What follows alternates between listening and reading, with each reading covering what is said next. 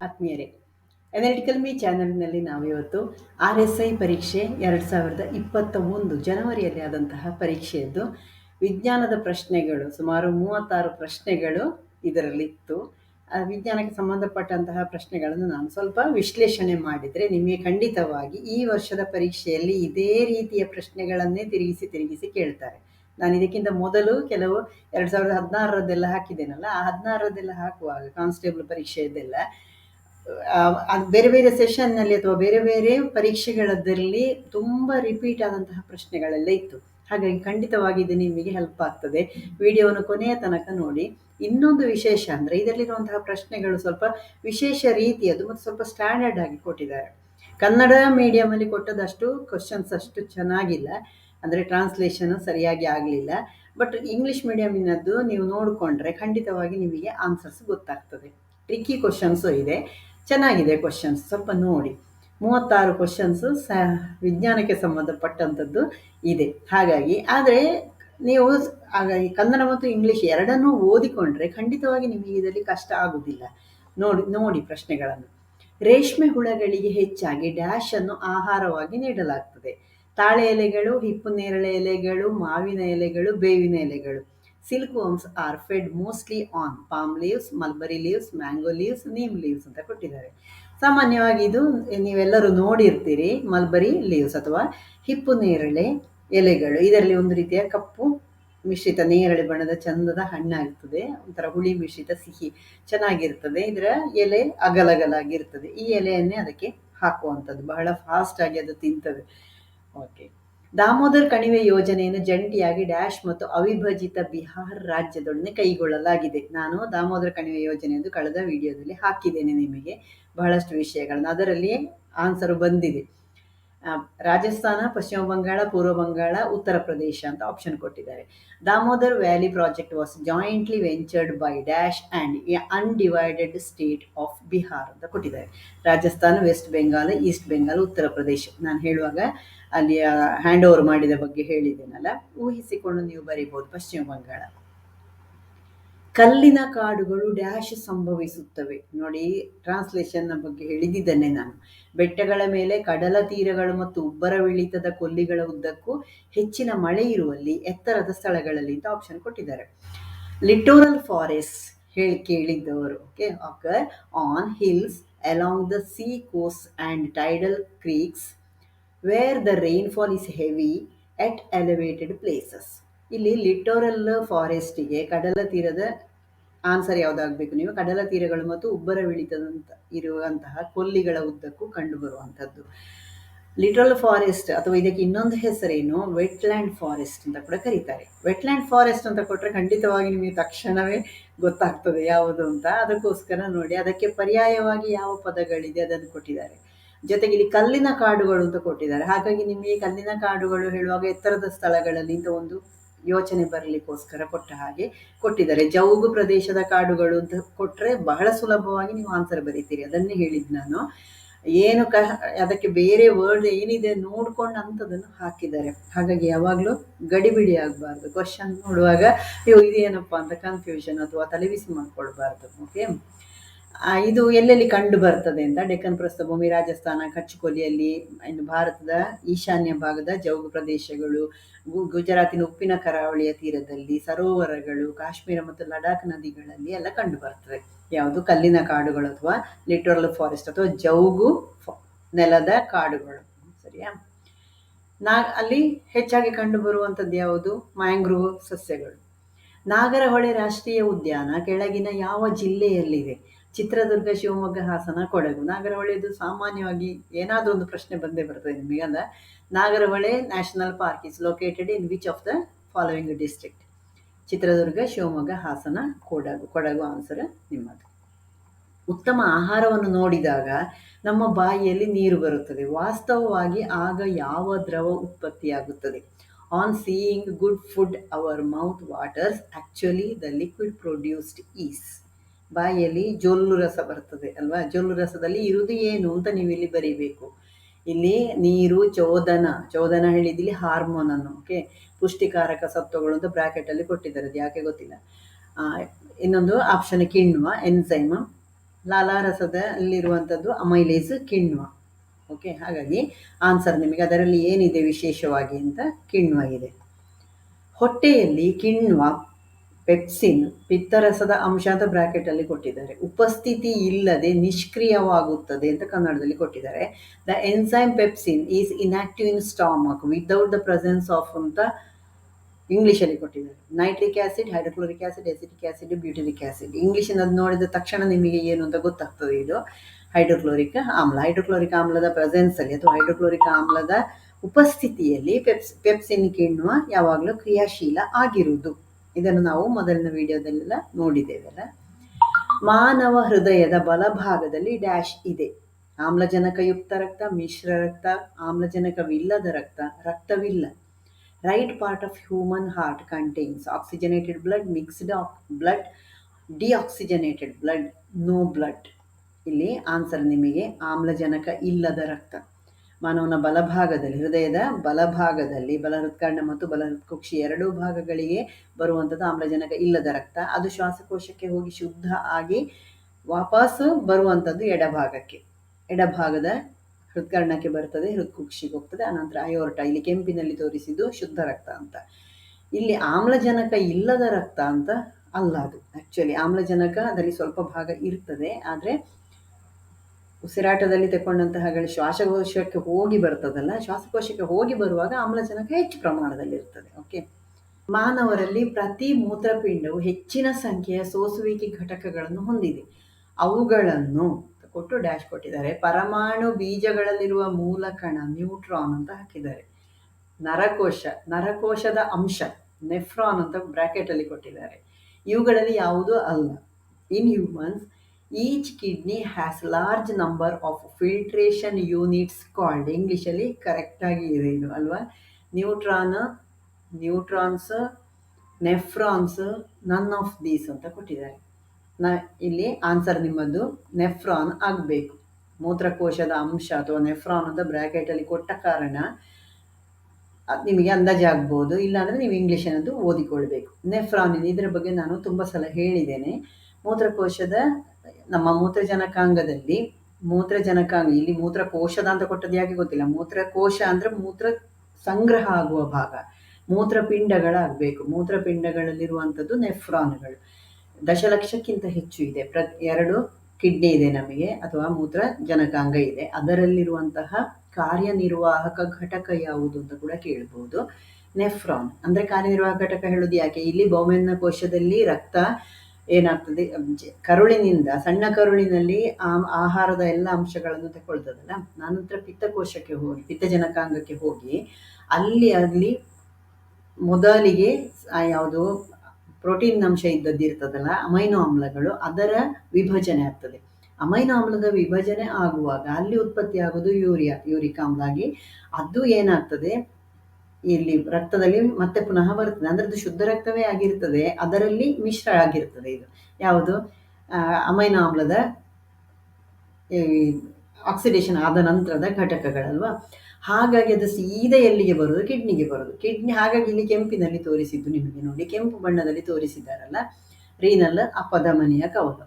ಇದು ಇಲ್ಲಿ ಏನಾಯಿತು, ಅಂಶಗಳೆಲ್ಲವೂ ಸ್ವಲ್ಪ ದೊಡ್ಡ ಘಟಕಗಳು, ಪ್ರೋಟೀನುಗಳನ್ನು, ರಕ್ತ ಕಣಗಳನ್ನು ಬಿಟ್ಟು ಉಳಿದ ಅಂಶಗಳು ಪೂರ ಈ ಬಹುಮೆನ್ನ ಕೋಶದ ಒಳಕ್ಕೆ ಹೋಗ್ತದೆ. ಈ ನಳಿಕೆಯಲ್ಲಿ ಅದು ಉದ್ದಕ್ಕೆ ಸಂಚರಿಸುವಾಗ ಇಲ್ಲಿ ನೋಡಿ, ಈ ರೀನಲ್ ಅಭಿಧಮನಿಗೆ ಬೇಕಾದಂತಹ ಅಂಶಗಳೆಲ್ಲ ವಾಪಸ್ ಬರ್ತದೆ ರೀನಲ್ ಅಭಿಧಮನಿಗೆ. ಉಳಿದದ್ದೇನು ತ್ಯಾಜ್ಯ ವಸ್ತುಗಳು, ನೀರು, ಬೇಡದಿದ್ದ ಕೆಲವು ಲವಣಗಳು, ಯೂರಿಕ್ ಆಮ್ಲ ಇದ್ದದ್ದು, ಇವುಗಳೆಲ್ಲ ಎಲ್ಲಿಗೆ ಹೋಗ್ತದೆ, ವೇಸ್ಟ್ ಆಗಿ ನಳಿಕೆಯಲ್ಲಿ ಹೊರಗಡೆಗೆ ಬರ್ತದೆ. ಈ ನಳಿಕೆಯಲ್ಲಿ ಹೊರಗೆ ಬಂದದ್ದು ಇದು ಎಲ್ಲಿ ಬರ್ತದೆ, ಮೂತ್ರ ಜನಕಾಂಗದಿಂದ ಇಲ್ಲಿ ಮೂತ್ರ ನಳಿಕೆಯನ್ನು ತೋರಿಸಿದೆಲ್ಲ ಕೆಳಗಡೆಗೆ ಬರುವಂಥದ್ದು ಬಿಳಿಯದ್ದು, ಅದರಲ್ಲಿ ಮೂತ್ರ ರೂಪದಲ್ಲಿ ಕೆಳಗಡೆ ಬರ್ತದೆ. ಅದು ಬರುವುದು ಎಲ್ಲಿಗೆ, ಮೂತ್ರಕೋಶಕ್ಕೆ. ಅದನ್ನು ನಾವು ಕಾಲಕ್ಕೆ ಮೂತ್ರದ ರೂಪದಲ್ಲಿ ಹೊರ ಹಾಕುವುದು, ಸರಿಯಲ್ಲ. ಇದಿಷ್ಟು ಅಂಶಗಳು ಕೂಡ ನೆನಪಿಟ್ಟುಕೊಳ್ಬೇಕಾದಂತಹ ಅಂಶಗಳೇ. ಓಕೆ, ಸ್ವಾದಗ್ರಾಹಕಗಳು ಡ್ಯಾಶ್ ಅನ್ನು ಪತ್ತೆ ಮಾಡುತ್ತವೆ. ಪ್ರಕಾಶ, ರುಚಿ, ವಾಸನೆ, ಸ್ಪರ್ಶ. Gustatory receptors will detect light, taste, smell, touch ಅಂತ ಕೊಟ್ಟಿದ್ದಾರೆ. ಇಲ್ಲಿ ಸ್ವಾದಗ್ರಾಹಕಗಳನ್ನು ರಸಾಂಕುರಗಳು ಅಥವಾ ಟೇಸ್ಟ್ ಬಡ್ ಅಂತ ಕೂಡ ಕರಿತೇವೆ ನಾವು. ಓಕೆ, ರುಚಿಯನ್ನು ಗ್ರಹಿಸ್ತವೆ. ಇದರಲ್ಲಿ ಒಂದು ಸ್ವಲ್ಪ ವಿಷಯ ನೋಡಿಕೊಳ್ಳುವ. ಈ ರಸಾಂಕುರಗಳು ಅಥವಾ ಟೇಸ್ಟ್ ಬಡಿ ಎಷ್ಟಿದೆ? ಸುಮಾರು 5,000ದಿಂದ 10,000 ತನಕ ಇದೆ ನಮ್ಮ ನಾಲಿಗೆಯಲ್ಲಿರುವಂಥದ್ದು. ಹಿಂಬದಿಯಲ್ಲಿ ಬಿಟ್ಟರ್ ಅಥವಾ ಕಹಿಯನ್ನು ಹೇಳುವಂಥದ್ದು, ಅದಕ್ಕಿಂತ ಮುಂದೆ 2 ಸೈಡಲ್ಲಿ ಹುಳಿ, ಅದಕ್ಕಿಂತ ಮುಂದೆ 2 ಸೈಡಲ್ಲಿ ಸಾಲ್ಟ್, ಉಪ್ಪಿನ ರುಚಿಯನ್ನು, ತುದಿಯಲ್ಲಿ ಸಿಹಿ. ಅದಕ್ಕೆ ನೋಡಿ ನಾವು ಸಿಹಿ ನಾಲಿಗೆ ತುದಿಯಲ್ಲಿ ನಕ್ಕುತ್ತೇವಲ್ಲ, ಅದಕ್ಕೆ ಬೇಕಾಗಿ. ಆ್ಯಕ್ಚುಲಿ ಇನ್ನೊಂದಿದೆ, ಉಮಾಮಿ ಅಥವಾ ಖಾರ ಅಂತ ಪೂರ್ತಿ ಖಾರವನ್ನು ಹೇಳೋದಲ್ಲ, ಅಲ್ಲಿ ಉಮಾಮಿ ಅಂತ ಒಂದು ಟೇಸ್ಟ್ ಇದೆ. ಈ ಉಮಾಮಿ ಟೇಸ್ಟ್ ಯಾವುದರಲ್ಲಿ ಇದೆ ಅಂತ ಕೇಳಿದರೆ ನಿಮಗೆ, ಫಾರ್ ಎಕ್ಸಾಂಪಲ್ ಸಮುದ್ರದ ಆಹಾರಗಳು, ಮಾಂಸ, ಚೀಸ್ ಎಲ್ಲ ತಿನ್ನುವಾಗ ವಾಹ್ ಅಂತ ಒಂದು ಟೇಸ್ಟ್, ನಿಮಗೆ ಸ್ಮೆಲ್, ಆ ಟೇಸ್ಟ್ ಏನೋ ಒಂದು ವಿಶೇಷ ಅನ್ನಿಸ್ತದಲ್ಲ, ಅದನ್ನು ಹೇಳೋದು. ಟೊಮೆಟೊದಲ್ಲಿ ಕೂಡ ಅದು ಇದೆ ಅಂತ ಹೇಳ್ತಾರೆ. ಇನ್ನು ಗ್ರೀನ್ ಟೀಯ ರುಚಿ ಏನು ಅಂತ ಕೇಳಿದ್ರೆ ಚೊಗರು ಅಂತ ಅಲ್ಲ ಅದು, ಬಟ್ ಏನೋ ಒಂದು ಟೇಸ್ಟ್ ಇದೆ ನಮಗೆ ಅಲ್ವಾ.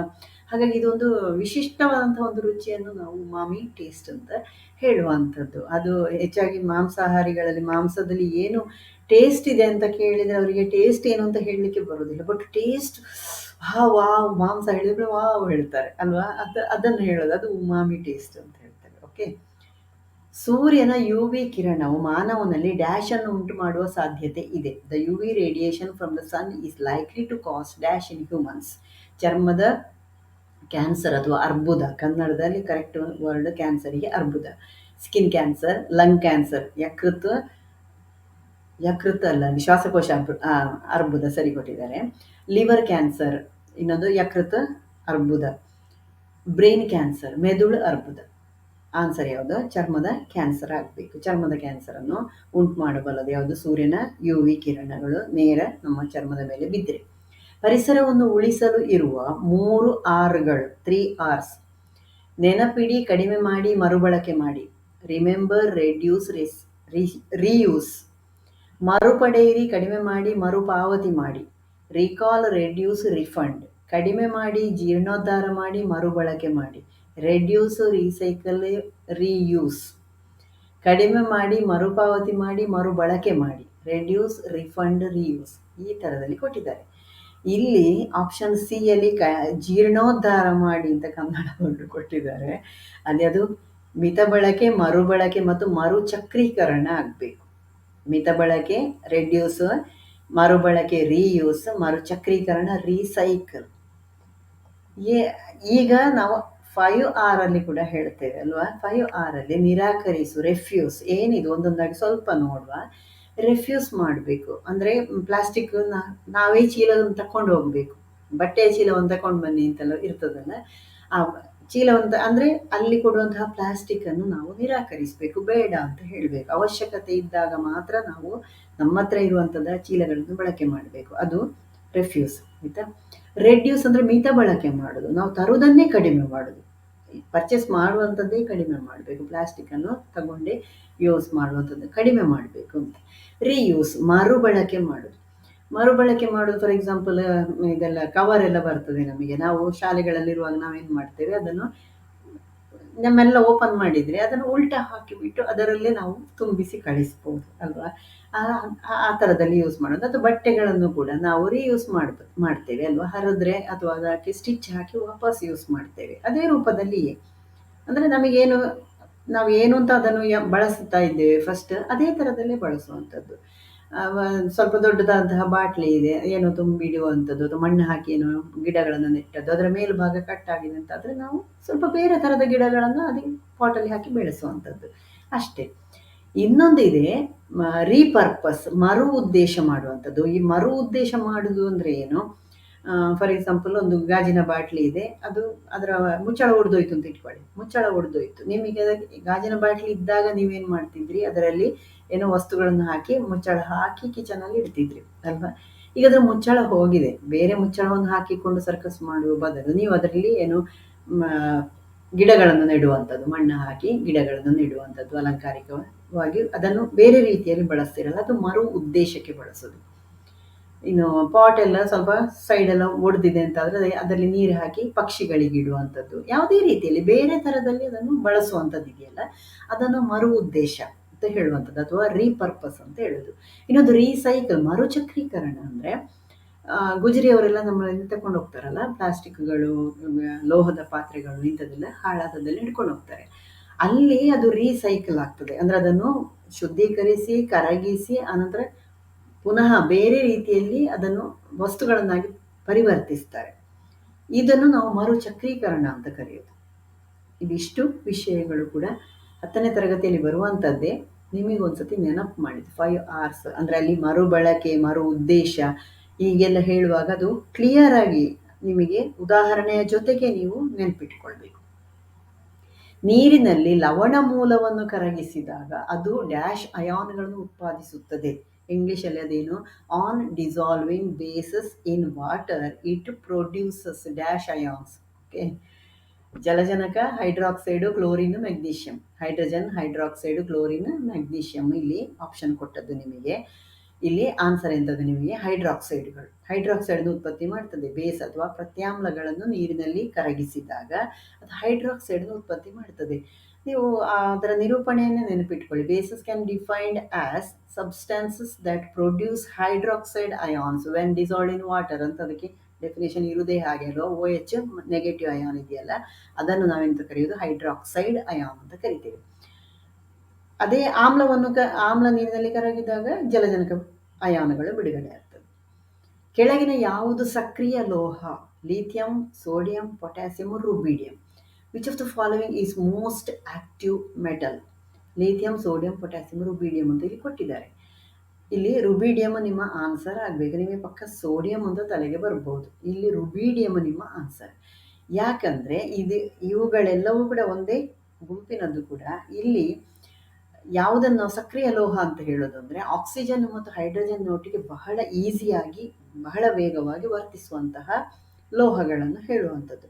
ಇಲ್ಲಿ ಸಕ್ರಿಯ ಲೋಹಗಳು ಇರುವಂಥದ್ದು ಯಾವುದರಲ್ಲಿದೆ? ಆವರ್ತ ಕೋಷ್ಟಕದ 1A ಮತ್ತು 2A ವರ್ಗದಲ್ಲಿ ಕಂಡುಬರುವಂಥದ್ದು, ಅಥವಾ ಗುಂಪಿನಲ್ಲಿ ಮೇಲಿನಿಂದ ಕೆಳಗಡೆಗೆ ಕಂಡು ಬರ್ತದಲ್ಲ, ಅದನ್ನು ನಾವು ಯಾವುದು ಸಕ್ರಿಯ ಲೋಹಗಳು ಅಂತ ಕರೆಯುವುದು.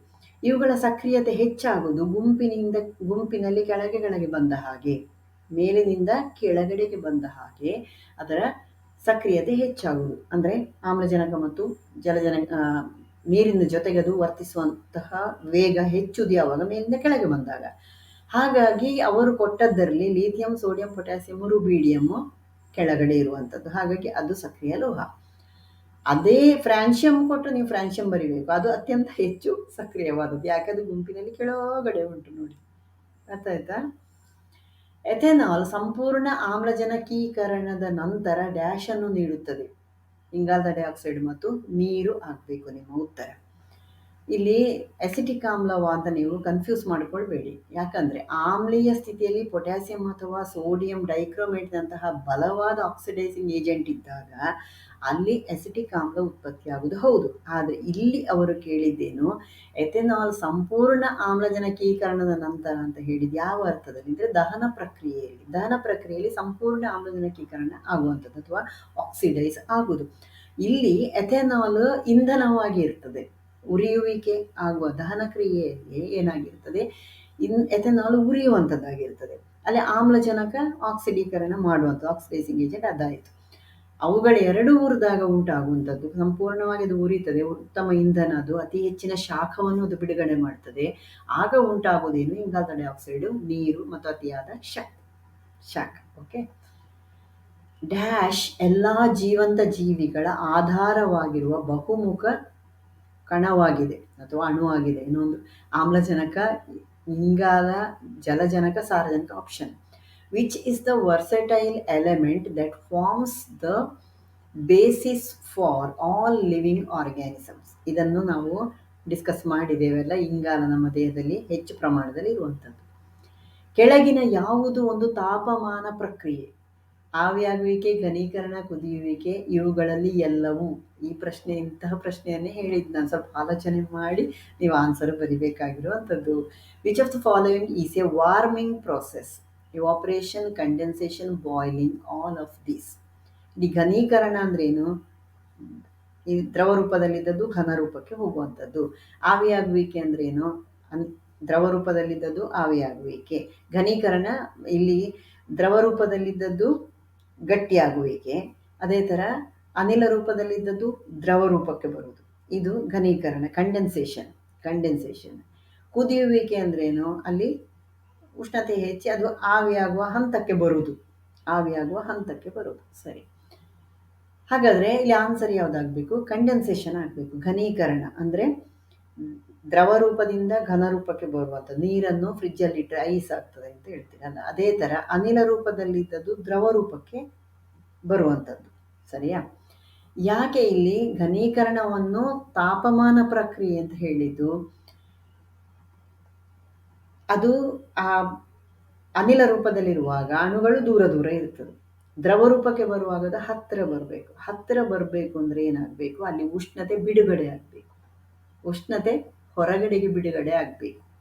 ಅದೇ ಥರ ದ್ರವ ಇದ್ದದ್ದು ಘನ ಆಗೋದು ಅಂದರೆ ಅಲ್ಲಿ ಯಾವಾಗ ನೀವಲ್ಲಿ ತಂಪು ಮಾಡೋದು ಅಂತ ಹೇಳ್ತೀರಲ್ಲ, ತಂಪು ಮಾಡೋದು ಅಂದರೆ ಏನು? ಅದರಲ್ಲಿದ್ದ ಉಷ್ಣವನ್ನು ನೀವು ತೆಗೆಯುವಂಥದ್ದು. ಹಾಗಾದರೆ ಇಲ್ಲಿ ಏನಾಗ್ತದೆ? ಘನೀಕರಣ ಆಗುವಾಗ ಉಷ್ಣತೆ ವಾತಾವರಣಕ್ಕೆ ಬಿಡುಗಡೆ ಆಗ್ತದೆ. ಇದರಿಂದ ವಾತಾವರಣದ ಉಷ್ಣತೆ ಹೆಚ್ಚಾಗ್ತದೆ ಅಂತ ಹೇಳುವ ಅರ್ಥದಲ್ಲಿ ತಕ್ಕೊಂಡು ಇಲ್ಲಿ ತಾಪಮಾನ ಪ್ರಕ್ರಿಯೆ ಅಂತ ತಕ್ಕೊಂಡದ್ದು. ಯಾವುದು? ಘನೀಕರಣ, ಕಂಡೆನ್ಸೇಷನ್ ಅನ್ನು ತಾಪಮಾನ ಪ್ರಕ್ರಿಯೆ ಅಂತ ಹೇಳಿದ್ದು ಅದಕ್ಕೆ. ಸರಿಯಾ? ಕರಗುವಿಕೆ ಒಂದು ಪ್ರತಿಕ್ರಿಯೆಯಾಗಿದ್ದು ಇದರಲ್ಲಿ ಘನ ಹಂತದಿಂದ ಡ್ಯಾಶ್ಗೆ ಬದಲಾವಣೆ ಆಗುತ್ತದೆ, ದ್ರವ ಹಂತಕ್ಕೆ ಬದಲಾವಣೆ ಆಗುವುದು, ಲಿಕ್ವಿಡ್ ಫೇಸಿಗೆ ಬದಲಾಗುವುದು. ಅಂದರೆ ವಸ್ತುವಿನ ಸ್ಥಿತಿ ಬದಲಾವಣೆ ಆಗುವಂಥದ್ದು ಅಷ್ಟೇ. ಮಂಜುಗಡ್ಡೆ ಕರಗಿದಾಗ ನೋಡಿ, ಮಂಜುಗಡ್ಡೆ ಕರಗಿದಾಗ ಅದರ ತಾಪಮಾನ ಡ್ಯಾಶ್ ಸ್ಥಿರವಾಗಿರ್ತದೆ, ಹೆಚ್ಚಾಗ್ತದೆ, ಕಡಿಮೆ ಆಗ್ತದೆ, ಹೇಳಲು ಸಾಧ್ಯವಿಲ್ಲ. When ice melts it's temperature remains constant, increases, decreases, cannot say. ಸಾಮಾನ್ಯವಾಗಿ ನಮಗೆ ಅದರ ಉಷ್ಣತೆ ಕಡಿಮೆ ಆಯಿತು ಅಂತೆಲ್ಲ ಅನ್ನಿಸ್ತದೆ. ಯಾಕೆ? ಅದು ದ್ರವರೂಪಕ್ಕೆ ಬಂತು. ಆದರೆ ಇಲ್ಲಿ ಹೇಳಿದ್ದು ಏನು? ದ್ರವರೂಪಕ್ಕೆ ಬಂತು ಅಂದರೆ ವಾತಾವರಣದ ಉಷ್ಣತೆಗೆ ಅದು ಬಂತು ಅಂತ ಹೇಳಲೇ ಇಲ್ಲ. ಮಂಜುಗಡ್ಡೆ ಇತ್ತು, ಅದು ಸ್ವಲ್ಪ ಕರಗಿ ನೀರಾಗಿದೆ. ಆದಾಗಲೂ ಅದರ ಉಷ್ಣತೆ ಅಷ್ಟೇ ಇರ್ತದೆ. ಮಂಜುಗಡ್ಡೆ ಇದ್ದಾಗ 0 ಡಿಗ್ರಿ ಉಷ್ಣತೆ ಇರ್ತದಲ್ಲ, ಕರಗಿ ಕಂಪ್ಲೀಟ್ ದ್ರವ ಆದ ತಕ್ಷಣ ನೀವು ನೋಡಿದ್ರು ಅದರದ್ದು ಉಷ್ಣತೆ ಅಷ್ಟೇ ಇರ್ತದೆ. ಅದರಲ್ಲಿ ಸ್ಥಿತಿ ಬದಲಾವಣೆಗೆ ಅದು ಆ ಉಷ್ಣತೆಯನ್ನು ಬಿಡುಗಡೆ ಆಗಿದೆ, ಆದರೆ ಅದು ಆ ಉಷ್ಣತೆಯನ್ನು ಸ್ಥಿತಿ ಬದಲಾವಣೆಗೆ ಬಳಸಿಕೊಂಡಿದೆ. ಅದೇ ಥರ ಕುದಿಯುವಾಗಲೂ 100 ಡಿಗ್ರಿ ಸೆಂಟಿಗ್ರೇಡಲ್ಲಿ ನೀರು ಕುದಿಲಿಕ್ಕೆ ಸ್ಟಾರ್ಟ್ ಆಯಿತು ಅಂತಾದರೆ ಅದು ಪೂರ್ತಿ ಆವಿ ಆಗುವ ತನಕ ಅದರ ಉಷ್ಣತೆ ಎಷ್ಟಿರ್ತದೆ? ಅಷ್ಟೇ, 100 ಡಿಗ್ರಿ ಸೆಂಟಿಗ್ರೇಡೇ ಇರ್ತದೆ, ಅದಕ್ಕಿಂತ ಹೆಚ್ಚಾಗಲಿಕ್ಕೂ ಹೋಗುವುದಿಲ್ಲ. ಒತ್ತಡ ಅಷ್ಟೇ ಇದ್ದಾಗ, ಒತ್ತಡದ ಅಂಶ ಇಲ್ಲಿ ನಾವು ತಗೊಳ್ಳೋದಿಲ್ಲ. ಓಕೆ, ಲೇಟೆಂಟ್ ಹೀಟ್ ಅಂತ ಹೇಳೋದು ಅದನ್ನೇ, ಗುಪ್ತೋಷ್ಣ ಅಲ್ವಾ? ದೃಷ್ಟಿಯ ಸಾಮಾನ್ಯ ದೋಷಗಳು ಯಾವುವು? ಸಮೀಪ ದೃಷ್ಟಿ, ದೂರದೃಷ್ಟಿ, ಮುಪ್ಪಿನಲ್ಲಾಗುವ ದೂರದೃಷ್ಟಿ, ಇವುಗಳಲ್ಲಿ ಎಲ್ಲವೂ ಆಗ್ತದೆ ಅಂತ. What are the common defect of vision?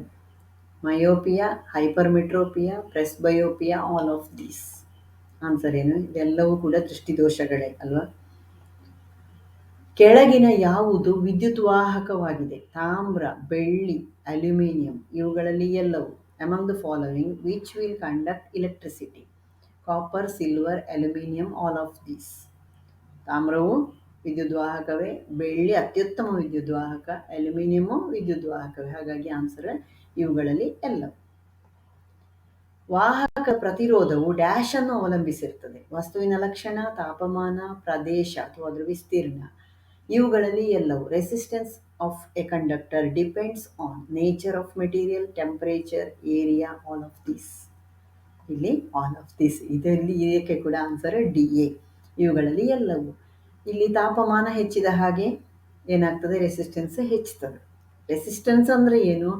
ಅದು ವಿದ್ಯುತ್ ಹರಿಲಿಕ್ಕೆ ಅಡ್ಡಿ ಮಾಡುವಂಥದ್ದು. ಯಾವುದೇ ವಾಹಕದ ಮೂಲಕ ವಿದ್ಯುತ್ ಕಣಗಳು ಅಂದರೆ ವಿದ್ಯುತ್ ಅಂಶಗಳು ಹಾದು ಹೋಗುವಾಗ ಅಡೆತಡೆಗಳಿದ್ದರೆ, ಅಡ್ಡಿ ಇದ್ದರೆ ಅದನ್ನು ನಾವು ಪ್ರತಿರೋಧ ಅಥವಾ ರೆಸಿಸ್ಟೆನ್ಸ್ ಅಂತ ಕರೆಯೋದು.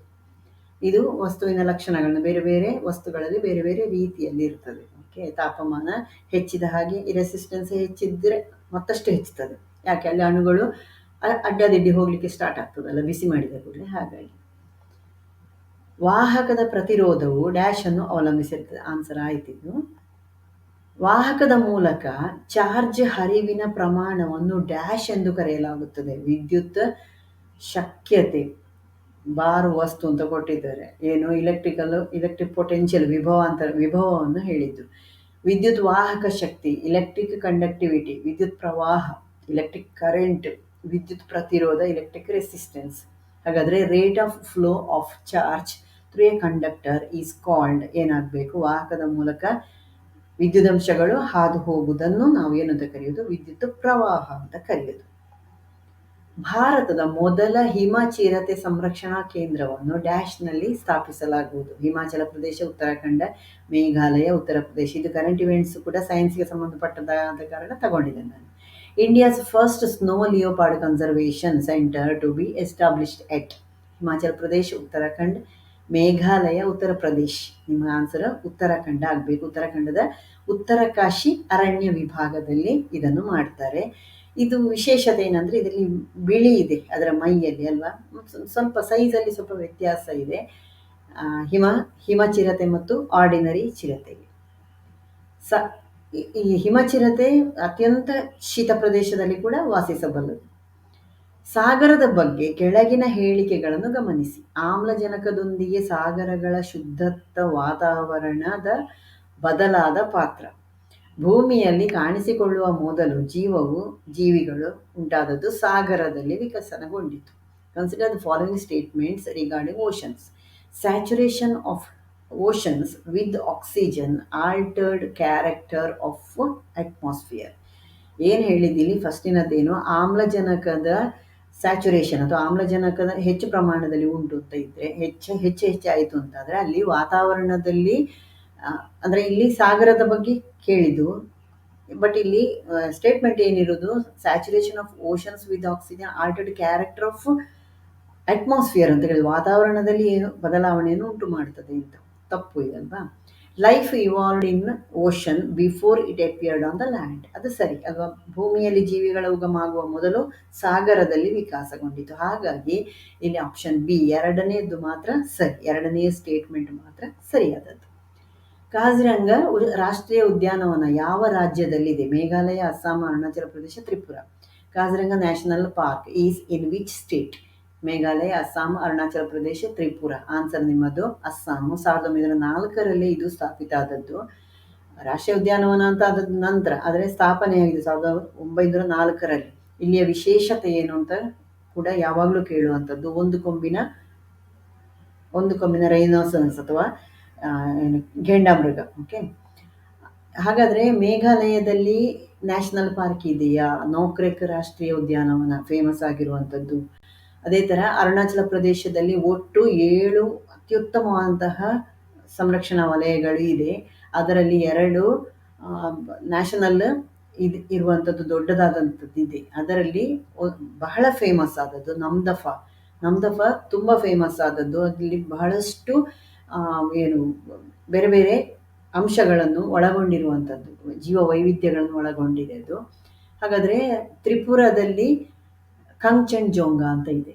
ಕಂಚನ್ಜೋಂಗ ಇದು ಕೂಡ ರಾಷ್ಟ್ರೀಯ ಉದ್ಯಾನವನ. ಹಾಗಾಗಿ ಅಲ್ಲಿ ಬಹುಶಃ ಕೀ ಆನ್ಸರನ್ನು ನೋಡಿದೆ ನಾನು, ಅದರಲ್ಲಿ ತ್ರಿಪುರ ಅಂತ ಕೊಟ್ಟದ್ದು ಬಹುಶಃ ಕನ್ಫ್ಯೂಷನಲ್ಲಿ ಇರಬಹುದು ಅಂತ ನನ್ನ ಅಂದಾಜು. ಅಸ್ಸಾಮಲ್ಲಿ ಕಾಜಿರಂಗ ಇರುವಂಥದ್ದು. ಪರಮಾಣು ಪರೀಕ್ಷಾ ನಿಷೇಧ ಒಪ್ಪಂದವನ್ನು ಡ್ಯಾಶ್ ವರ್ಷದಲ್ಲಿ ರುಜುವಾತು ಹಾಕಲಾಯಿತು? Nuclear test ban treaty was signed in.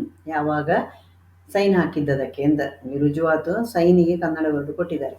1965, 1993, 1998, 1963. Nuclear test ban treaty was signed ಇನ್ 1965, 1993, 1998, 1963. ಇಲ್ಲಿ ಆನ್ಸರ್ 1963 ಆಗಬೇಕು. ಇಲ್ಲಿ ಮಾಸ್ಕೋದಲ್ಲಿ ಆಗಸ್ಟ್ 5, 1963ರಲ್ಲಿ ಪರಮಾಣು ನಿಷೇಧ ಒಪ್ಪಂದಕ್ಕೆ ಸೈನ್ ಮಾಡಿತು. ಇತ್ತೀಚೆಗೆ ಹುಲಿಗಳ ಸಾವುಗಳಿಗೆ ಸಂಬಂಧಿಸಿದಂತೆ ಯಾವ ರಾಜ್ಯ ಮೊದಲ ಸ್ಥಾನದಲ್ಲಿದೆ? Karnataka, Tamil Nadu, Madhya Pradesh, Uttarakhand. Which of the following state tops in tiger deaths in the recent times? ಮಧ್ಯಪ್ರದೇಶದಲ್ಲಿ. ಕೋವಿಡ್-19ಗೆ ಕಾರಣವಾದ ರೋಗಾಣು ವೈರಸ್ ಯಾವುದು? SARS-CoV-1. SRAS ಇಲ್ಲಿ ಸಾರ್ಸ್ ಅದು. Okay, SARS ಕೋವಿಡ್-1, SARS ಕೋವಿಡ್-2, SARS ಕೋವಿಡ್-3. None of these ಅಂತ option. Covid caused by COVID-19 which is the virus.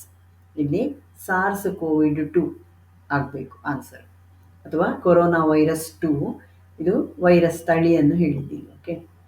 ಇತ್ತೀಚೆಗೆ ವಿಶ್ವ ಆರೋಗ್ಯ ಸಂಸ್ಥೆ ಜಾಗತಿಕ ಮಟ್ಟದಲ್ಲಿ ಅಗ್ರ 10 ಆರೋಗ್ಯ ಬೆದರಿಕೆಗಳ ಪಟ್ಟಿಯನ್ನು ಬಿಡುಗಡೆ ಮಾಡಿದೆ. ಈ ಕೆಳಗಿನವುಗಳಲ್ಲಿ ಯಾವುದನ್ನು ಸೇರಿಸಲಾಗಿದೆ? ವಾಯುಮಾಲಿನ್ಯ ಮತ್ತು ಹವಾಮಾನ ಬದಲಾವಣೆ, ಡೆಂಗ್ಯೂ, ದುರ್ಬಲ ಪ್ರಾಥಮಿಕ ಆರೋಗ್ಯ ರಕ್ಷಣೆ. Recently, the World Health Organization released a list of top 10 threats to global health.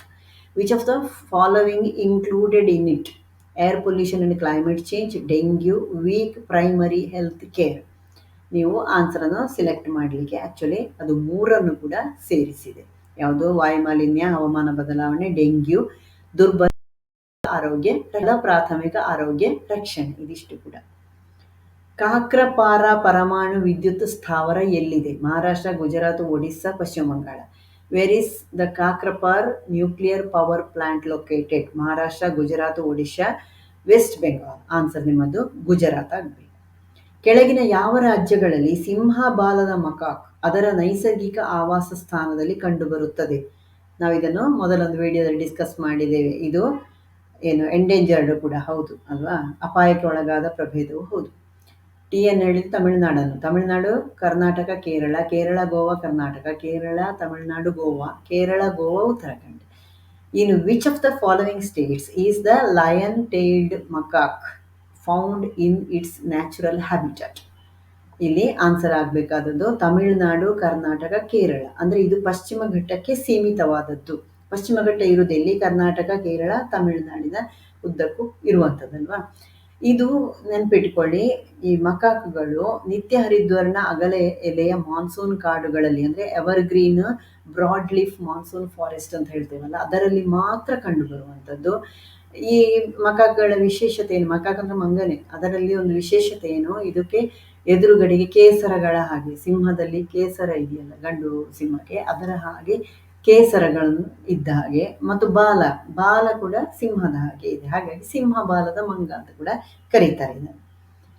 ಕೆಳಗಿನ ಯಾವುದು ಕೋವಿಡ್-19 ಇದಕ್ಕೆ ಸೂಕ್ತ ನಡವಳಿಕೆ ಅಲ್ಲ? ನೋಡಿ, ಕೋವಿಡ್ನ ಬಗ್ಗೆನೂ 2, ಉಷ್ಣತೆಯ ಬಗ್ಗೆನೂ 2-3 ಕ್ವಶನ್ ಅಲ್ವಾ. ಮುಖಮುಚ್ಚಿಗೆ ಹಾಕಿಕೊಳ್ಳುವುದು. ಮುಖಮುಚ್ಚಿಕೆ ಅಂದರೆ ವೇರಿಂಗ್ ಫೇಸ್ ಮಾಸ್ಕ್ ಅಂತ. ಸಾಮಾಜಿಕ ದೂರವನ್ನು ಕಾಪಾಡಿಕೊಳ್ಳುವುದು, ಮೈಂಟೈನಿಂಗ್ ಸೋಷಿಯಲ್ ಡಿಸ್ಟೆನ್ಸ್. ಮೊಣಕೈಯಲ್ಲಿ ಕೆಮ್ಮುವುದು, ಕಫಿಂಗ್ ಇನ್ ಎಲ್ಬೋಸ್. ಕೈ ಕುಲುಕಿ ಅಭಿನಂದಿಸುವುದು, ಗ್ರೀಟಿಂಗ್ ವಿತ್ ಶೇಕ್ ಹ್ಯಾಂಡ್. ಇಲ್ಲಿ ಕೇಳಿದ್ದೇನನ್ನ, which of the following is not ಕೋವಿಡ್-19 ಅಪ್ರಾಪ್ರಿಯೇಟ್ ಬಿಹೇವಿಯರ್? ಅಭ್ಯಾಸ ಆಗಿ ಹೋಗಿದೆ ಅಲ್ವ ಎಲ್ಲರಿಗೂ. 2 ವರ್ಷ ಆಯಿತು ಅನುಭವಿಸಿಕೊಂಡು, ಹಾಗಾಗಿ ಎಲ್ಲರಿಗೂ ಗೊತ್ತಿರುವಂಥದ್ದು. ಕೈ ಕುಲುಕಿ ಅಭಿನಂದಿಸುವುದು ಬೇಡ, ಕೈ ಮುಟ್ಲಿಕ್ಕೆ ಇಲ್ಲ ಅಲ್ವಾ. ಸಾಂಪ್ರದಾಯಿಕ ಶಕ್ತಿಯ ಮೂಲ, ಇದಕ್ಕೆ ಒಂದು ಉದಾಹರಣೆ. ಇದರ ಬಗ್ಗೆನೂ ಸ್ವಲ್ಪ ಡಿಸ್ಕಷನ್ ಎಲ್ಲ ಮೊದಲ ವಿಡಿಯೋಗಳಲ್ಲಿ ಆಗಿದೆ, ಹಾಗಾಗಿ ವಿವರಣೆ ಅವಶ್ಯಕತೆ ಇಲ್ಲ. ಜೈವಿಕ ಅನಿಲ, ಸೌರಶಕ್ತಿ, ಉರುವಲು ಸುಡುವುದು, ಪವನ ಶಕ್ತಿ. Example of conventional source of energy: biogas, solar energy, burning of firewood, wind energy. Answer ನಿಮ್ಮದು ಉರುವಲು ಸುಡುವುದು. ಈ ಕೆಳಗಿನವುಗಳಲ್ಲಿ ಭೂಮಿಯ ಮೇಲ್ಮೈಯಲ್ಲಿನ ನೀರಿನ ಶೇಕಡಾವಾರು ಯಾವುದರಲ್ಲಿ ಹೆಚ್ಚು ಅಂತ ಕ್ವಶನ್ ಕೇಳಿದ್ದಾರೆ. ಆಪ್ಷನ್: ಅಂತರ್ಜಲ ಬಾರ್ ಒಳ ನೀರು ಅಂತ ಕೊಟ್ಟಿದ್ದಾರೆ, ಹಿಮಟೋಪಿಗಳು ಮತ್ತು ಹಿಮ ನದಿಗಳು, ಸರೋವರಗಳು, ಹೊಳೆಗಳು ಮತ್ತು ನದಿಗಳು ಅಂತ ಕೊಟ್ಟಿದ್ದಾರೆ. ಇಲ್ಲಿ ಸಾಗರದ ಸುದ್ದಿಯೇ ಇಲ್ಲ. ಓಕೆ. ಇನ್ನು ground water, ice caps and glaciers, lakes, streams and rivers ಅಂತ ಇಂಗ್ಲೀಷಲ್ಲಿ. ಆದರೆ ಈಗ ಇದರಲ್ಲಿ ಆನ್ಸರ್ ನೀವು ಯಾವುದನ್ನು ಬರಿಬೇಕಾಗ್ತದೆ? ಹಿಮಟೋಪಿಗಳು ಮತ್ತು ಹಿಮ ನದಿಗಳು. ಸಾಗರವನ್ನಲ್ಲಿ ಕೊಡಲಿಲ್ಲ, ಹಾಗಾಗಿ ಸಾಗರ ಕೊಟ್ಟಿರ್ತಿದ್ರೆ ಸಾಗರವನ್ನೇ ಬರಿಬೇಕು. ಯಾಕೆ? ಸಾಗರದಲ್ಲಿ 97.2% ಇದೆ. ಹಾಗಾಗಿ ಇಂಥದನ್ನೆಲ್ಲ ಬಿಟ್ಟು ಬಿಡುವುದಲ್ಲ, ಇದರಲ್ಲಿ ಹೆಚ್ಚು ಯಾವುದರಲ್ಲಿ ಇರೋದು ಅಂತ ನೋಡಬೇಕು. ಅಲ್ಲಿ ಓಷನ್ ಕೊಡದೇ ಸಾಗರಗಳಲ್ಲಿ ಅತಿ ಹೆಚ್ಚು ಅಂತ ತಲೆಯಲ್ಲಿ ಇಟ್ಟುಕೊಂಡು ನೀವು ಇನ್ನು ಉಳಿದದರಲ್ಲಿ ಯಾವುದು ಅತಿ ಹೆಚ್ಚು ಅಂತ ಯೋಚನೆ ಇಲ್ಲದಿದ್ದರೆ ಇಂಥವುಗಳನ್ನು ನೀವು ತಪ್ಪು ಮಾಡುವ ಚಾನ್ಸಸ್ ಹೆಚ್ಚಿರೋದು. ಓಕೆ. ಹಾಗಾದರೆ ಸರೋವರಗಳ, ಹೊಳೆಗಳು ಮತ್ತು ನದಿಗಳು ತುಂಬ ಇದೆ, ಅವುಗಳ ಈ ರೀತಿ ಎಲ್ಲ ಆಲೋಚನೆ ಬರ್ತದೆ. ಹಾಗಾಗಿ ಅತಿ ಹೆಚ್ಚು ಇರೋದು ಓಷನ್, ಸಾಗರಗಳಲ್ಲಿ 97.2%. ಐಸ್ ಮತ್ತು ಹಿಮಟೋಪಿಗಳು, ಹಿಮ ನದಿಗಳು ಇದೆಯಲ್ಲ, ಇವುಗಳಲ್ಲಿ 2%ನಷ್ಟೇ ಇರೋದು. ಉಳಿದದೆಲ್ಲ ಕೆಳಗೆ ನೀವು ನೋಡ್ತಾ ಬನ್ನೀಗ ಗ್ರೌಂಡ್ ವಾಟರ್ ಅಥವಾ ಏನು ಅಂತರ್ಜಲ ಅಂತ ಹೇಳಿದೆಯಲ್ಲ, ಅದು ಇರೋದು 0.62%ನಷ್ಟು, 0.62% ಇರೋದು. ಫ್ರೆಶ್ ವಾಟರ್ ಲೇಕ್ಸ್ 0.009%, ಇನ್ನು ಸಾಲ್ಟ್ ಲೇಕ್ ಅಥವಾ ಲೇಕ್ಗಳಲ್ಲಿರೋದು 0.008%, ಅಟ್ಮಾಸ್ಫಿಯರ್ 0.001%, ರಿವರಲ್ಲಿ 0.0001%. ಹೊಳೆ ತುಂಬ ಇದೆ, ಆ ರೀತಿ ಯೋಚನೆ ಮಾಡಿದರೆ ತಪ್ಪಾಗ್ತದೆ ಇಲ್ಲಿ. ಓಕೆ, 2020ರಲ್ಲಿ ಭೂಮಿಯ ಗುರಿ ಮೀರಿ ಹೊಡೆ ಅರ್ತ್ ಓವರ್ ಶೂಟ್ ದಿನವನ್ನು ಯಾವಾಗ ಆಚರಿಸಲಾಯಿತು? August 22, May 26, April 15, June 5. When was earth over shoot day observed ಇನ್ 2020? ಇದು 21 ಜನವರಿಯಲ್ಲಿದ್ದಂತಹ ಪ್ರಶ್ನೆ ಆದ ಕಾರಣ ಕಳೆದ ವರ್ಷದ ಕೇಳಿದ್ದಾರೆ. ಓಕೆ, ಇಲ್ಲಿ 22 ಆಗಸ್ಟ್, 26 ಮೇ, 15 ಏಪ್ರಿಲ್, 5 ಜೂನ್ ಅಂತ ಕೊಟ್ಟಿದ್ದಾರೆ. ಏನಿದು ಗುರಿ ಮೀರಿ ಹೊಡೆ? ಇದು ಆಗಸ್ಟ್ 22ಕ್ಕೆ ಆಚರಿಸಿದರೆ ಭೂಮಿಯ ಮಿತಿ ಮೀರಿದ ದಿನ ಅಂತ ಕೂಡ ಇದನ್ನು ತಗೊಳ್ತೇವೆ. ಇದರ ಬಗ್ಗೆ ಒಂದು ಸ್ವಲ್ಪ ನೋಡುವ. ನಾನು ಪರಿಸರ ಹಸಿರು ಮನೆ ಪರಿಣಾಮದಲ್ಲಿ ಇದರ ಬಗ್ಗೆ ಸ್ವಲ್ಪ ಹೇಳಿದ್ದೇನೆ, ಬಟ್ ಈ ಶಬ್ದ ಬಳಸಲಿಲ್ಲ ನಾನು. ಯಾವುದು ಭೂಮಿಯ ಮಿತಿ ಮೀರಿದ ದಿನದ ಕಾನ್ಸೆಪ್ಟನ್ನು ನಾನು ವಿವರಣೆ ಕೊಡಲಿಲ್ಲ. ಆದರೆ ಪರಿಸರ ಹೆಜ್ಜೆ ಗುರುತಿನ ಬಗ್ಗೆ ಎಲ್ಲ ಹೇಳಿದ್ದೇನೆ. ಸಣ್ಣ ಹೆಜ್ಜೆ ದೊಡ್ಡ ಹೆಜ್ಜೆ ಅಲ್ವಾ? ಇದರ ಬಗ್ಗೆ ಎಲ್ಲ 2003ರಲ್ಲಿ ಸ್ವತಂತ್ರ ಚಿಂತನಾ ಕೇಂದ್ರ ಗ್ಲೋಬಲ್ ಫುಟ್ ಪ್ರಿಂಟ್ ನೆಟ್ವರ್ಕ್ ಅಂತ ರಚನೆ ಮಾಡಿದ್ರು. ಇದರ ಕೆಲಸ ಏನು ಅಂದರೆ, ಇದು ಒಂದು ಸಂಶೋಧನಾ ಸಂಸ್ಥೆ ಮತ್ತು ಇದು ಪ್ರಪಂಚದಲ್ಲಿ ಎಲ್ಲ ದೇಶಗಳನ್ನು ಒಟ್ಟಾಗಿ ತಗೊಳ್ಳೋದಿಲ್ಲ. ನೈಸರ್ಗಿಕ ಸಂಪನ್ಮೂಲವನ್ನು ಹೇಗೆ ನಿರ್ವಹಿಸ್ತೇವೆ ನಾವು ಮತ್ತು ಹವಾಮಾನ ಬದಲಾವಣೆಗೆ ಅದು ಯಾವ ರೀತಿಯ ಪ್ರತಿಕ್ರಿಯೆಯನ್ನು ಉಂಟು ಮಾಡ್ತದೆ, ಇದರ ಬಗ್ಗೆ ಎಲ್ಲ ಅಧ್ಯಯನ ಮಾಡುವಂತಹ ಒಂದು ಸಂಸ್ಥೆ. ಇನ್ನಷ್ಟು ವಿವರಣೆ ಬೇಕು ಅಂದರೆ, ಭೂಮಿಯ ಓವರ್ಶೂಟ್ ದಿನ ಅಥವಾ ಅರ್ತ್ ಓವರ್ಶೂಟ್ ಡೇ ಅಂದರೆ ಒಂದು ನಿರ್ದಿಷ್ಟ ವರ್ಷದಲ್ಲಿ ಮಾನವೀಯತೆಯ ಪರಿಸರ ಸಂಪನ್ಮೂಲಗಳ ಮತ್ತು ಸೇವೆಗಳ ಬೇಡಿಕೆಯು ಭೂಮಿಯು ಆ ವರ್ಷದಲ್ಲಿ ಪುನರುತ್ಪಾದಿಸಬಹುದಾದದ್ದನ್ನು ಮೀರಿದ ದಿನಾಂಕವನ್ನು ಗುರುತಿಸ್ತದೆ. ಏನೋ ಕನ್ಫ್ಯೂಷನ್ ಆಯಿತಾ? ಕನ್ಫ್ಯೂಷನ್ ಬೇಡ. ಫಾರ್ ಎಕ್ಸಾಂಪಲ್, ನೀವು ಇಡೀ ವರ್ಷಕ್ಕೆ ಅಂತ 1 ಚೀಲದಷ್ಟು ಬೆಳೆ ಬೆಳಿತೀರಿ ಅಂತ ಇಟ್ಕೊಳ್ಳಿ. ಅದನ್ನು ನೀವು ಎಷ್ಟು ದಿವಸದಲ್ಲಿ ಮುಗಿಸಿದ್ದೀರಿ ಅಂತ ಲೆಕ್ಕ ಇಟ್ಟು ಹಾಕಿ. ಅದನ್ನು ನೀವು ಜೋಪಾನವಾಗಿ ಇಡೀ ವರ್ಷಕ್ಕೆ ಬೇಕು ಅಂತ ನೀವು ಮಿತ ಬಳಕೆ ಮಾಡಿಕೊಂಡು ಬಳಕೆ ಮಾಡಿದರೆ ಆರಾಮ್ಸೆ ನಿಮಗೆ 1 ವರ್ಷ ಬರ್ಬೋದು ಅಂತ ನಿಮ್ಮ ಪ್ಲ್ಯಾನ್ ಇರ್ತದೆ. ಬಟ್ ನೀವು ಮಿತಿ ಮೀರಿ ಅದನ್ನು ಬಳಕೆ ಮಾಡ್ತಾ ಇದ್ದರೆ ಮಾಡಿ ತಿನ್ನದೆ ಚೆಲ್ಲಿ ಹಾಳು ಮಾಡಿ ಈ ಥರ ಎಲ್ಲ ಮಾಡಿದರೆ ಅದು ಎಷ್ಟು ಸಮಯಕ್ಕೆ ಬರ್ತದೆ? 1 ತಿಂಗಳಲ್ಲಿಯೂ ಮುಗಿಬೋದಲ್ವ 1 ವರ್ಷದ್ದು. ಅದೇ ಥರ ಇಡೀ ನಮ್ಮ ಗ್ರಹದಲ್ಲಿ ಒಟ್ಟು ಎಷ್ಟು ಶಕ್ತಿ ಉತ್ಪಾದನೆ ಆಗ್ತದೆ, ಆ ಶಕ್ತಿ ಉತ್ಪಾದನೆಯಲ್ಲಿ ನಾವು 1 ವರ್ಷದಲ್ಲಿ ಆಗುವಂಥದ್ದನ್ನು ನಾವು ಎಷ್ಟು ದಿನದಲ್ಲಿ ಮುಗಿಸಿದ್ದೇವೆ ಅದರ ಲೆಕ್ಕಾಚಾರವನ್ನು ಹೇಳಿದ್ದೀವಿ. ಕ್ಲಿಯರ್ ಆಯಿತಾ? ಎಷ್ಟು ದಿನದಲ್ಲಿ ಅದು ಮುಗೀತದೆ. ಇನ್ನು ಅಂದರೆ ಮುಗೀತು ಅಂದ್ರೆ ನಲ್ಲಿ ಇಂಗಾಲದ ಡೈಆಕ್ಸೈಡ್ ವಾತಾವರಣಕ್ಕೆ ಸೇರ್ತಾ ಹೋಗ್ತದೆ ಅಲ್ವಾ? ಅದನ್ನು ಹೇಳಿದ್ದಿಲ್ಲಿ. ಫಾರ್ ಎಕ್ಸಾಂಪಲ್, ಇಲ್ಲಿ 1970ರಲ್ಲಿ ಇದನ್ನು ಫಸ್ಟ್ ಟೈಮ್ ದಾಖಲೆ ಮಾಡಿತ್ತು. ಆಗ ಓವರ್ಶೂಟ್ ದಿನ ಎಲ್ಲಿ ಇತ್ತು ಗೊತ್ತಾ? ಡಿಸೆಂಬರ್ 29 ಆಗಿತ್ತು. ಡಿಸೆಂಬರ್ 29 ಅಂದರೆ ಆ ವರ್ಷದ ಡಿಸೆಂಬರ್ 29. ಓಕೆ, ಅಂದರೆ ಎಲ್ಲಿವರೆಗೆ ಒಂದು ಇಡೀ ವರ್ಷ ಪೂರ್ತಿ ಬಂದ ಹಾಗೆ ಆಯಿತು. ಈ ಕಲ್ಪನೆಯನ್ನು ರೂಪಿಸಿದ್ದು ಯಾರು ಅಂತ ಕೂಡ ಕೇಳ್ಬೋದು. New economics foundation. ಆಯಿತಾ? ಈ ವರ್ಷ ಯಾವಾಗ ಬರ್ತದೆ ಗೊತ್ತಾ? ಕಳೆದ ವರ್ಷದ ಹೇಳಿದ್ನಲ್ಲ ನಾನು, ಆಗಸ್ಟ್ 22. ಈ ವರ್ಷದಂದರೆ 2021ರದ್ದು ಮೊನ್ನೆ 29ಕ್ಕೆ ಆಗಿದೆ. ಮೊನ್ನೆ 29 ಜುಲೈ. ಅಂದರೆ ಅದರ ಅರ್ಥ ಏನು? ನಾವು ಭೂಮಿ ಇಡೀ ವರ್ಷದಲ್ಲಿ ಉತ್ಪಾದಿಸಬಹುದಾದಷ್ಟು ಶಕ್ತಿಯನ್ನು ನಾವೇನು ಮಾಡಿದ್ದೇವೆ? ಮೊನ್ನೆ ಜುಲೈ 29ಕ್ಕೆ ಮುಗಿಸಿಬಿಟ್ಟೆ ಆಗಿದೆ. ಅರ್ಥ ಆಯ್ತಾ? ಅಂದರೆ ಅಷ್ಟು ಅಂದರೆ ನಾವಿನ್ನು ಮುಂದೆ ಏನು ಮಾಡೋದು ಹಾಗಾದರೆ? ಅಡಿಯಲ್ಲಿ ಏನು ಮುಂದಕ್ಕೆ ಬೇಕಾದಂಥದ್ದು ಪಳೆಯುಳಿಕೆ ಇಂಧನಗಳಿದೆಯಲ್ಲ, ಅದನ್ನೆಲ್ಲ ಬಳಸಿ ನಾವು ಕಾರ್ಬನ್ ಸ್ಟೆಪ್ ಅಥವಾ ನಮ್ಮ ಫುಟ್ ಪ್ರಿಂಟನ್ನು ದೊಡ್ಡ ಮಾಡ್ತಾ ಹೋಗ್ತಾ ಇದ್ದೇವೆ. ಓಕೆ, ಇದಿಷ್ಟು ವಿಷಯಗಳು ನೀವು ಗಮನಿಸಬೇಕಾದದ್ದು ಮಾತ್ರ ಅಲ್ಲ, ಇದು ನಾವು ಲೈಫಿಗೂ ತಗೊಳ್ಬೇಕಂತ ವಿಷಯಗಳನ್ನು ಇಲ್ಲಿ ಹೇಳಿದೆ ಅಲ್ವಾ? ಮಿತ ಬಳಕೆಯ ಬಗ್ಗೆ. ಇದಿಷ್ಟು ವಿಷಯಗಳನ್ನು ನಿಮ್ಮ ಫ್ರೆಂಡ್ಸಿಗೂ ಶೇರ್ ಮಾಡಿ, ಲೈಕ್ ಮಾಡಿ. ಸಬ್ಸ್ಕ್ರೈಬ್ ಮಾಡದಿದ್ದವರಾದರೆ ಸಬ್ಸ್ಕ್ರೈಬ್ ಮಾಡಿ. ಇದು IAS ಇರ್ಬೋದು, KAS, RRB ಎಲ್ಲ ಪರೀಕ್ಷೆಯವರಿಗೂ ಇದು ತುಂಬ ಇಂಪಾರ್ಟೆಂಟ್ ಆದದ್ದು. Okay, thank you.